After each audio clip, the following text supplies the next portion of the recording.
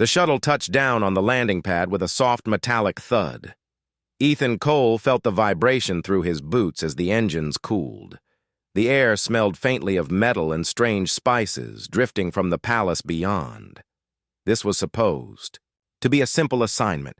Escort a group of human envoys to the royal palace of the Therini Empire, stand quietly and leave without causing trouble. Easy, boring, safe.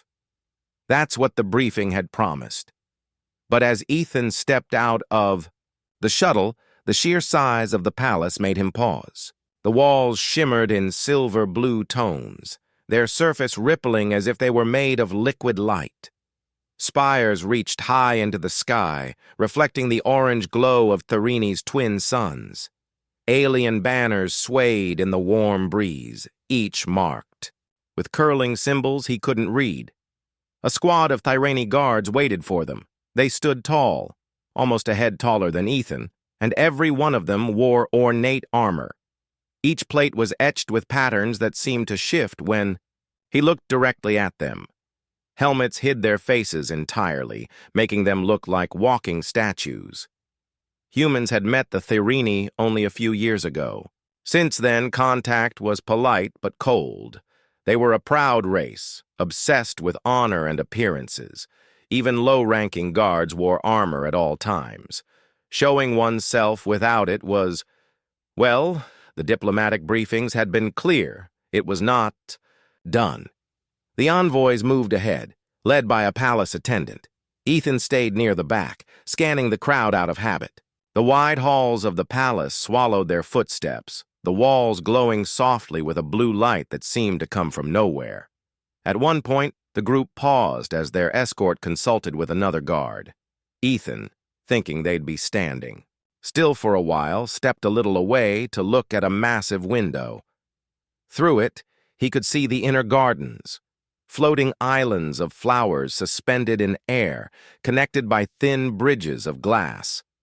The sight was mesmerizing. He didn't hear the footsteps behind him. "Human this way," a voice called. Ethan turned and saw a palace servant beckoning from a side passage. "I'm not," he began, but the servant had already disappeared, down the corridor. Thinking maybe there was some urgent message, Ethan followed. The passage was quieter, narrower, and strangely empty. He expected to be led to another meeting room, but the servant turned a corner and vanished into a doorway. Ethan stepped inside and froze. The room was warm, lit by a soft golden glow from high windows. It wasn't a grand hall or a throne room. It looked more like a private chamber.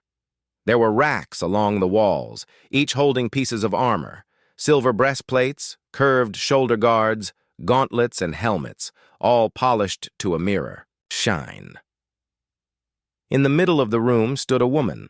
She was tall and graceful, with pale skin faintly tinged with blue. Her hair, a deep silver, was bound back in intricate braids that glittered with tiny jewels. Her eyes, a sharp, almost luminous violet, locked onto him instantly. But what made Ethan's breath catch was what she wasn't wearing. She wore no armor, no ceremonial plates, no helmet, not even the light chainmail that most Therini nobles were never seen without. Instead, she wore a simple flowing robe of deep blue, tied at the waist with a silver cord. It looked soft, almost delicate compared to the heavy armor pieces surrounding her. Ethan didn't need a diplomatic handbook to know this was a private moment he had no right to see. The woman's eyes widened in shock. "You!" Her voice was sharp, melodic, and entirely unmasked by any helmet. Sorry," Ethan said quickly, raising his hand slightly to show he meant no harm. "Wrong room. Someone told me—" "No one told you to come here," she cut in, her voice cool now, but her posture stiff with surprise. She straightened, but she didn't reach for her armor. Instead, she studied him. "You are human?" "Yes," Ethan said slowly. "Ethan Cole, Alliance Security. I was with the envoy group." For a long moment, she just looked at him. He expected her to turn away or call for guards or demand he leave. Instead, her eyes narrowed slightly as if measuring him. "You do not avert your gaze," she said at last. Ethan frowned. "Should I?" "In my culture," she said, her tone precise, "seeing a royal unarmored is intimate, personal. It is a thing only family or chosen companions may witness. And yet you stand here meeting my eyes as if this is nothing." Ethan hesitated. "I wasn't trying to be disrespectful. Where I come from, armor's just gear. It doesn't make someone more or less themselves.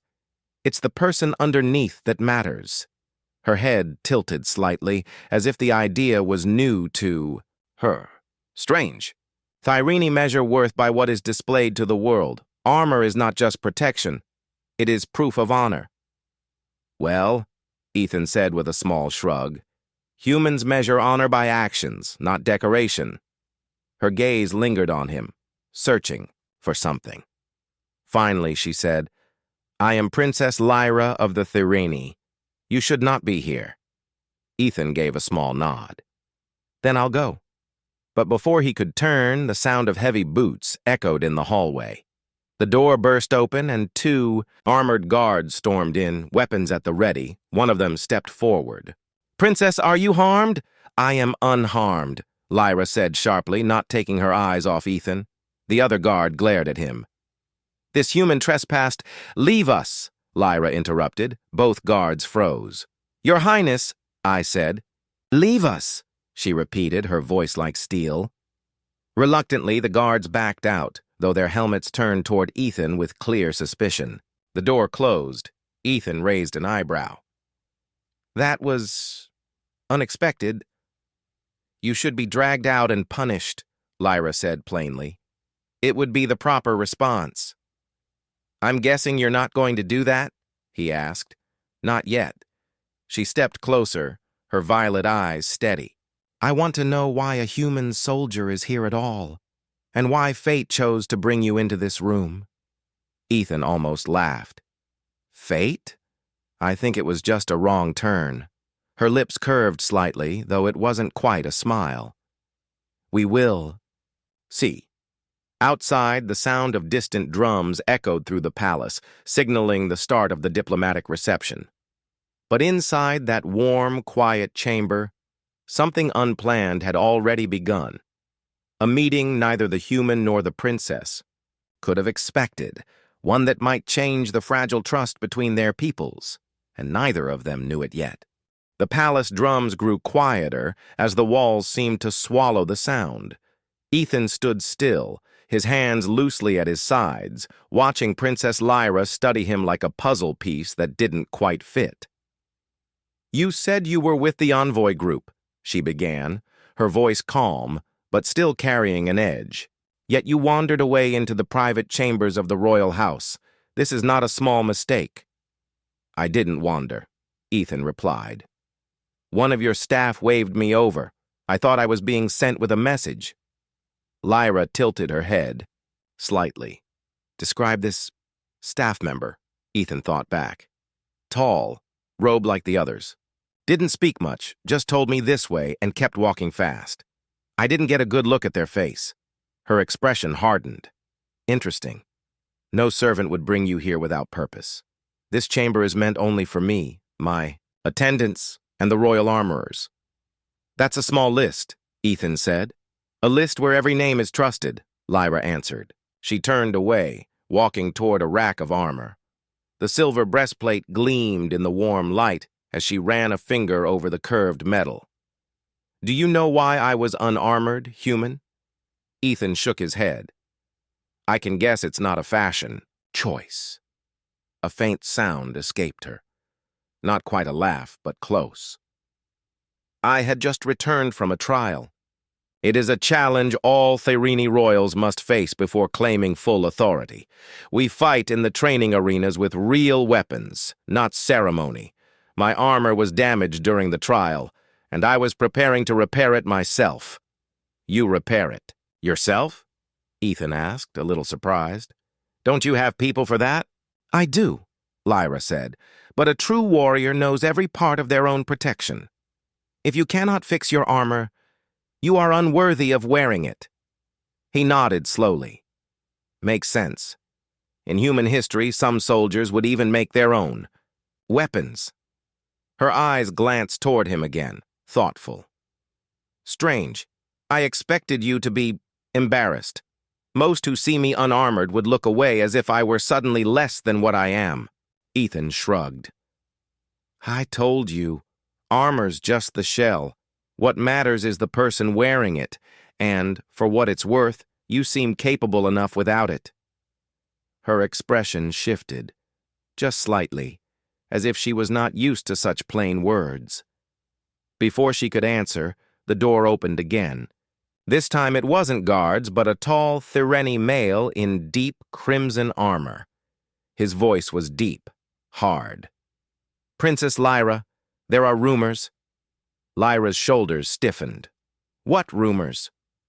That a human saw you without your armor, the man said bluntly, his gaze turning toward Ethan with open disapproval. The court whispers that your honor is in question. They say you have been careless. Ethan could feel the weight of the man's stare, but he stayed silent. I decide what is careless, Lyra replied, her tone like a blade. And I decide who enters my chambers. The man stepped closer. Then you will also decide how to repair your reputation, starting by removing this human from the palace before more talk spreads. No, Lyra said instantly. The man's eyes narrowed. No? This human stays under my watch, Lyra said firmly. He is my guest, and I will handle the matter.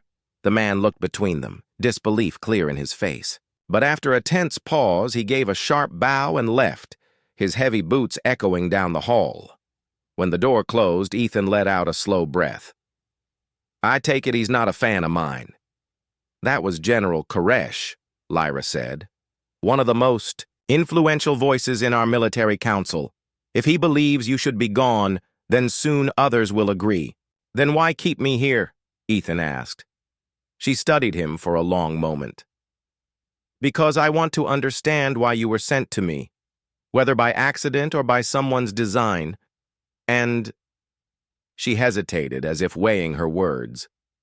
Because I want to see if your talk about honor without armor is truth or just human charm. Ethan gave a half smile. Guess you'll find out. They left the chamber together. Lyra now wearing a light silver breastplate and arm guards, her robe replaced with ceremonial cloth beneath the armor. She walked quickly, not looking at him, but making sure he kept pace. They moved through quieter corridors until they reached a small garden terrace. Here the air was cooler, carrying the scent of strange flowers with black petals and glowing blue centers. A thin stream of water ran between the plants, catching the sunlight in shimmering lines. This is the inner court, Lyra said. Few are allowed here. I bring you because I have questions. Ethan leaned against the stone railing. Go ahead. Humans, she began. Do you fight for power or for honor? He considered. Depends on the human. Some fight for power, some for honor, some for survival. But the best kind fight for the people they protect. Her gaze sharpened. And you? Which kind are you? I fight for the ones who stand beside me, he said without hesitation. For a moment, the only sound was the soft trickle of water. Then Lyra nodded slowly. Perhaps that is why you did not look away. You do not fear seeing someone without their shell. Or maybe I'm just bad at following alien customs, Ethan said, a touch of humor in his voice. Her lips curved slightly. Again, closer to a smile this time. But it faded quickly. We may not have time for humor. The whispers in the court will grow louder. Some will demand a public trial to prove my honor is untouched. They may even suggest your removal by force. Ethan's eyes narrowed. And if they try? Then, Lyra said calmly, you will see why a Thyrene royal wears armor. That evening, Lyra invited him to a small dining hall instead of the grand banquet. The table was set with dishes that shimmered faintly in the light, some kind of thin seafood, sweet-smelling bread, and crystal cups of pale liquid. They spoke more during the meal. Lyra told him of Thyrani traditions, of the ancient duels that shaped their laws, and the belief that one's armor was the reflection of one's soul. Ethan, in turn, told her of human soldiers who carried no armor at all but still stood their ground. She listened closely, her eyes never leaving his face. "Perhaps your people measure strength differently," she said. "Maybe," Ethan replied. "But in the end, it's all the same. Who you trust to have your back when the fight starts." Before either could speak further, the door opened and another servant entered, bowing low. "Princess, General Koresh requests your presence in the council chamber. He says it is urgent." Lyra's eyes narrowed slightly. "Very well. Tell him I am coming." The servant hesitated.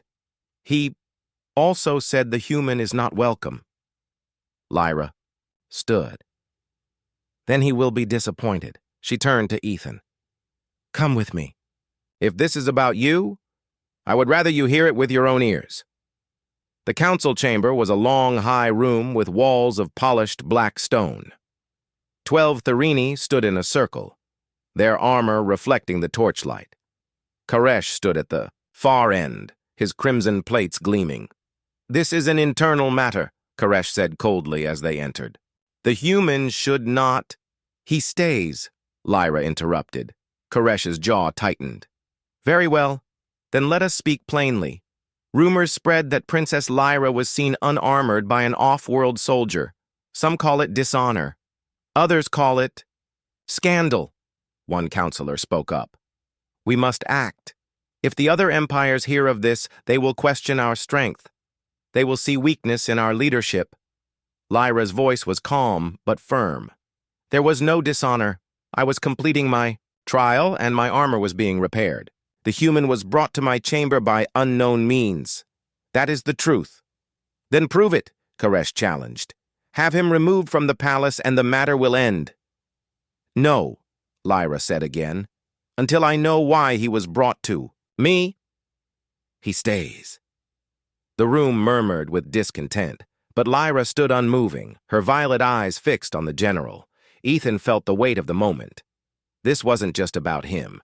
It was about her authority, her reputation, and something else he couldn't yet name. Koresh's gaze shifted to Ethan. "Then understand this, human. You are a guest here only because she allows it. One wrong step, and you will not leave these walls."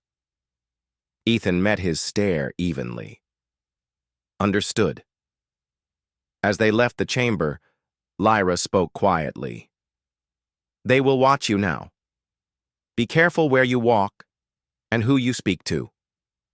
Ethan nodded. "And if I find the person who sent me to your room?" Her eyes glimmered.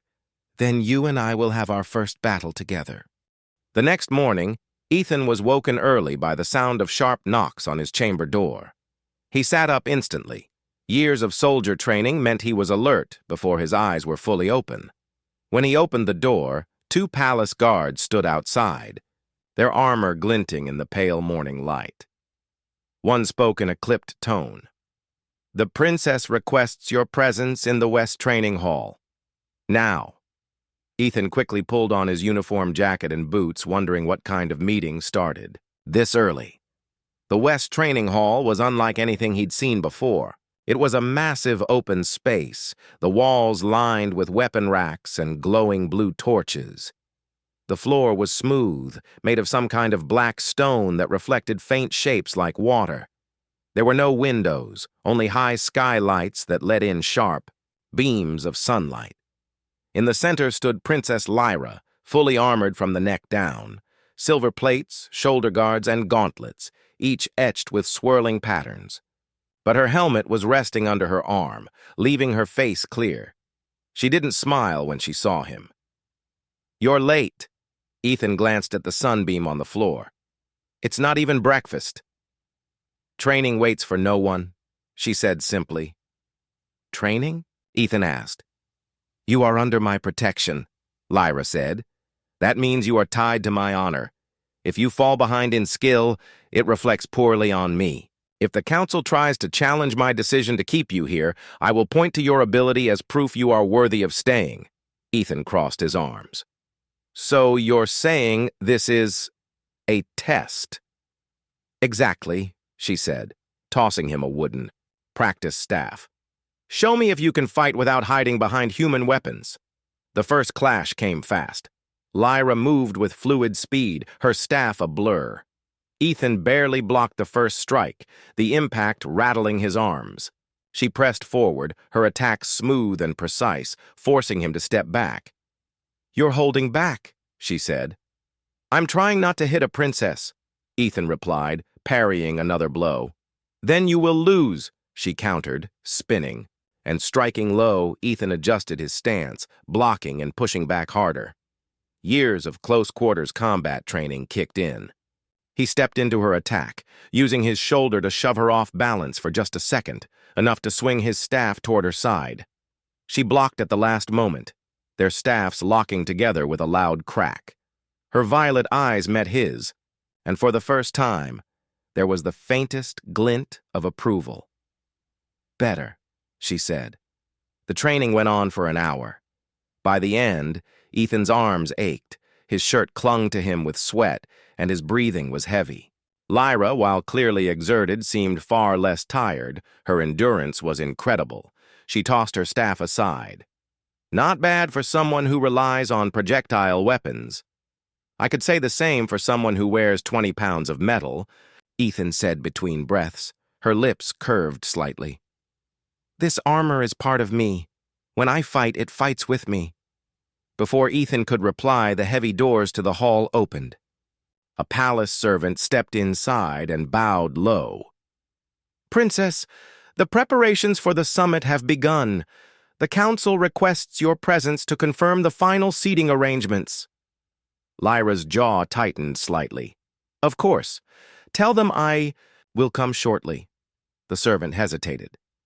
There is another matter. Word has spread that certain factions may attempt to embarrass you during the summit. Ethan straightened. How? The servant's eyes flicked toward him, then back to Lyra. I only overheard pieces. Something about ensuring you are seen unarmored before the delegates.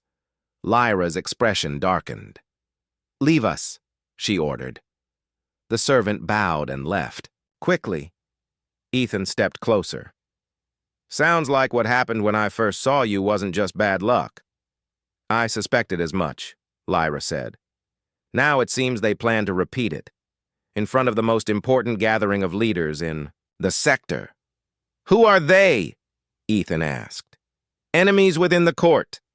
Those who believe peace is weakness, Lyra said, her tone sharp. If they can make me appear vulnerable before the summit, they can push for more aggressive policies, even war. Ethan's jaw set. Then we stop them. Lyra looked at him for a long moment. This summit is not a battlefield in the human sense. Here, weapons are words, and the armor is reputation. You must learn both if you are to stand beside me there. The next 3 days became a blur of intense training. In the mornings, Ethan sparred with Lyra in the West Hall, learning the rhythm and flow of Thoreni melee combat. In the afternoons, she drilled him in etiquette. How to bow properly to foreign dignitaries, how to read the subtle gestures in Thoreni body language, and how to stand silently without looking either timid or aggressive. Every glance matters, she said during one lesson. If you look at the wrong person at the wrong moment, it can be seen as a challenge or an insult. By the 3rd day, Ethan was moving more like a palace guard than a soldier, though he still struggled with some of the more delicate customs. On the 4th day, Lyra invited him to join her on a walk through the outer gardens. It was a rare moment of calm. Sunlight filtering through alien trees, their leaves shifting between silver and green as the breeze passed. This place doesn't feel like a palace garden, Ethan remarked. It isn't, Lyra said. This is a training ground for the mind. Here, I walk to think before battle or before council sessions. The stillness helps me see clearly. Ethan nodded slowly. And right now, what do you see? Her eyes narrowed slightly.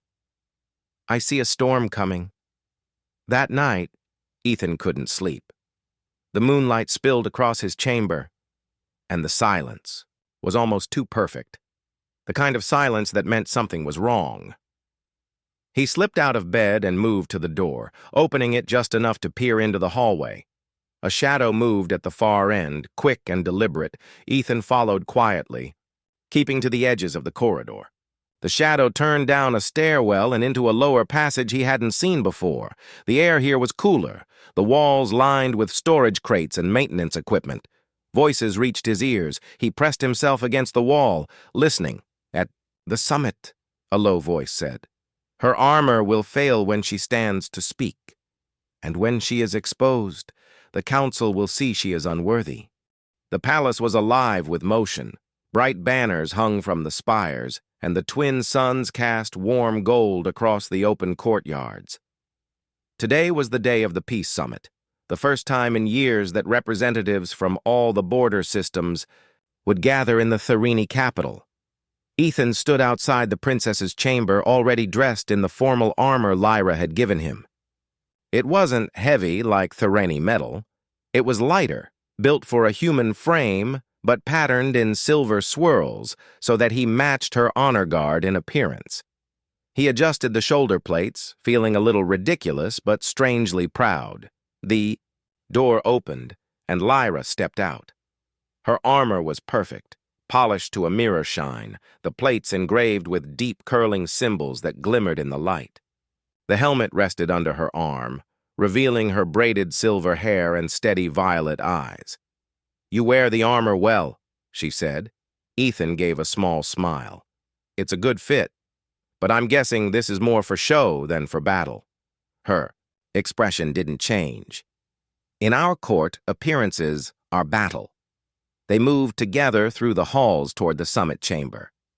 Guards and servants bowed as they passed, though Ethan could feel the sideways glances. Some still whispered. He could tell from the shifting gazes and the faint tension in the air. The summit hall itself was enormous. A wide circular platform sat at its center, surrounded by tiered seating for the delegates. Banners from different worlds hung in arcs overhead. Floating drones recorded every moment for the audience beyond the palace walls. Lyra walked to the center with Ethan at her side. General Koresh was already there, standing near the other Tharini counselors. His crimson armor caught the sunlight pouring through the high windows. As the gathering began, the air filled with polite speeches, exchanges of gifts, and ceremonial oaths. Ethan stood silently, watching the crowd. His training told him to scan faces, note exits, and stay alert. And it was that habit that made him notice a small movement in the shadows of the upper balconies. Two figures slipped into position above the main floor. They moved like they belonged, but their hands stayed close to their belts, where weapons could be hidden. Ethan's jaw tightened. He leaned slightly toward Lyra. We've got company. She didn't look up, but her voice was low. Where? Upper, balcony west side. They're watching you. Her gaze remained fixed on the current speaker. Do nothing yet. The summit is being recorded. If we act without proof, we give our enemies what they want. Halfway through the event, a ceremonial exchange began. As part of the tradition, each royal was to display their armor in a symbolic moment of openness, removing one piece to show trust. Lyra stepped forward when her turn came. With a graceful movement, she removed the plated shoulder guard, on her left side, placing it on a pedestal before her. The crowd murmured softly. It was rare for a Tharini royal to do this without hesitation. But as she did, Ethan caught sight of something, a faint shimmer on the armor's straps like thin powder spread along the edges. His instincts flared. Sabotage. A second later, the strap on her remaining shoulder guard gave a sudden snap. The piece slid loose, clattering to the floor. Gasps filled the chamber. Ethan moved instantly. He stepped forward, placing himself between Lyra and the gathering eyes. His voice carried, steady and sharp. "Where I come from," he said loudly, "strength is not in what you wear. It's in what you do. Princess Lyra stands here for peace, not for display. If any in this room think that removing a piece of metal makes her weaker, they know nothing of honor." The hall went quiet. The drones hovered closer, recording every word. Lyra turned her head slightly toward him, her expression unreadable, but there was a faint spark in her eyes. Koresh stepped forward from the edge of the circle, his tone falsely calm. "Human words are bold, but boldness does not replace tradition." Ethan didn't back down. Tradition means nothing if it's used to humiliate a leader instead of respect them. Some of the delegates murmured approval, others frowned. But the focus had shifted. Instead of whispers about Lyra's missing armor, the attention was now on Ethan's defiance. The moment seemed to pass, but Ethan's instincts still screamed danger. The balcony figures had moved, one now crouched, pulling something from their belt. The metallic glint told him everything, a concealed blade. "Down!" Ethan shouted. The assassin leaped from the balcony, dropping straight toward Lyra. Ethan lunged, shoving her back as the attacker's blade sliced the air where she'd been standing. The assassin hit the platform hard, but rolled quickly, coming to his feet with inhuman speed. Guards shouted and moved, but a second figure from the balcony slid down a support beam, blocking their path. Lyra stepped forward, pulling a short ceremonial, sword from her hip, a weapon meant for show, but still sharp enough to kill. "Stay back," she said to Ethan. "Not a chance," he replied. The assassin lunged again, this time at both of them. Ethan blocked the first strike with his forearm guard, pain jolting up his arm. Lyra slashed, forcing the attacker to twist. Away. The second assassin closed in, twin blades flashing. The platform became chaos, delegates pulling back, guards trying to push through the confusion, drones whirring overhead to capture every moment. Ethan fought hard, his human reflexes quick, but the Thirani attackers were faster. One blade caught his side, slicing the armor but not cutting deep. He gritted his teeth and countered with a heavy punch to the attacker's ribs. Lyra's movements were precise, her strikes efficient. She didn't waste motion, and for the first time Ethan saw her fight without the full weight of ceremonial armor slowing her down. She was fast, faster than he'd imagined. Finally, with a joint effort, they drove the attackers back toward the edge of the platform. One assassin leaped for the balcony, trying to escape, but a well-aimed throw from Lyra's sword caught his leg, sending him crashing down. Guards swarmed in, pinning both to the ground. The crowd roared, some in shock, some in approval. Koresh stepped forward, his tone cold. "You have allowed violence into the sacred chamber, Princess. This will stain our name." Ethan turned on him. "She didn't allow it. Someone planned it. And maybe you should ask how they got in so easily." The words hung in the air. Karash's eyes narrowed, but he didn't answer. Lyra stood tall, her remaining armor dented and scratched, the ceremonial sword gone but her presence unshaken. "Let the record show," she said, her voice carrying across the hall, "that even unarmored, a Thyrene royal does not fall. And let it also show that today, a human stood beside me in that truth." The delegates murmured again, louder, this time, but now the tone had shifted. What had begun as an attempt to shame her had become a display of defiance and unity. As they left the hall, the suns now low in the sky, Ethan walked beside her in silence for a few moments. His side ached, and he could still feel the adrenaline humming through his veins. Finally, Lyra spoke. "You stood before the entire summit and told them honor is not in armor. You know that will be repeated for days, maybe years. Good, Ethan said. They needed to hear it. Her lips curved faintly, the closest thing he'd seen to a real smile. Perhaps they did, and perhaps I needed to see it proven. They walked on, but Ethan couldn't shake the thought that this wasn't over. Whoever had sent those assassins wasn't finished. The summit might be saved, but something far more dangerous was moving behind the scenes, and he knew one thing for certain. The next time they came, he wouldn't let her fight alone. The palace's walls shook with the deep rumbling roar of alien war machines outside. Every window trembled. Dust fell from the ancient ceiling. Kyle knew this was the final stand.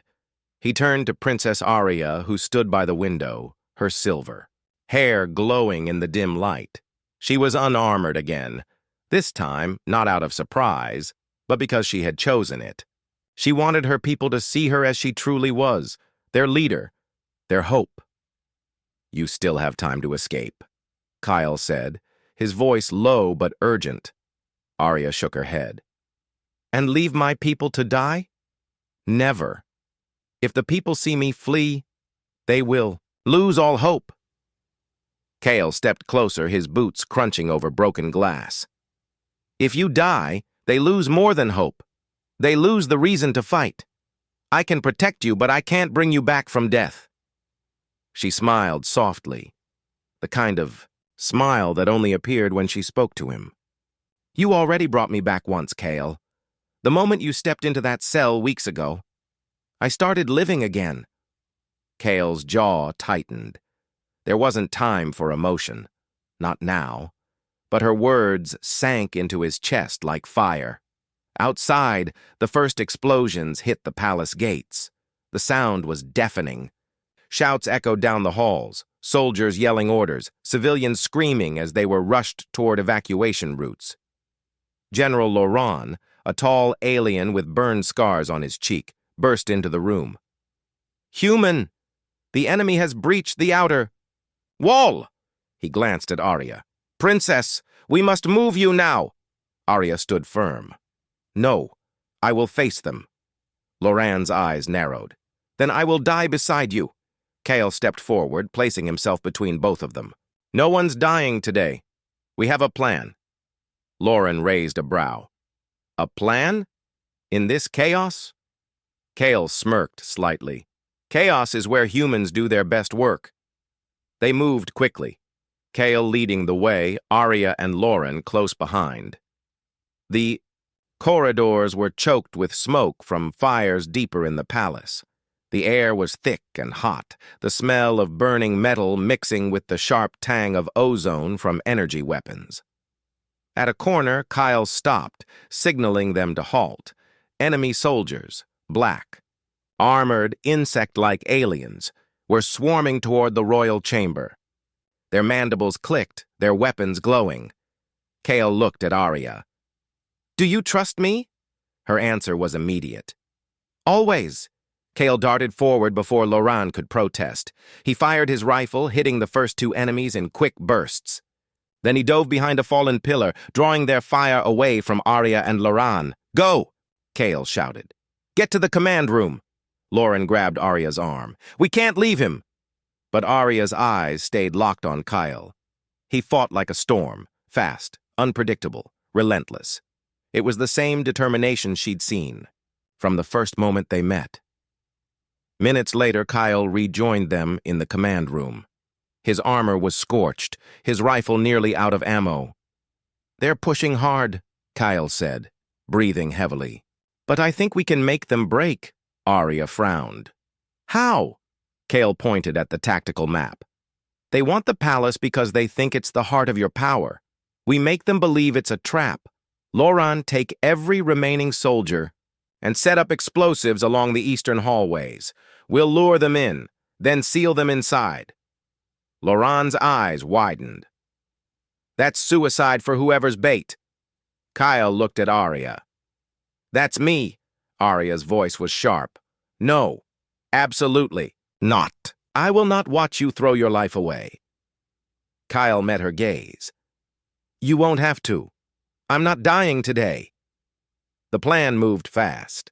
Loran and the soldiers planted the charges, while Kyle and Arya stayed near the main entrance to draw the enemy in. The thundering steps of the invaders grew louder with every passing second. When they appeared, dozens of them, black armor gleaming, Kale stepped forward, rifle raised. "Come on, you ugly bastards!" Blaster fire lit the air. Kyle moved like lightning, drawing their attention.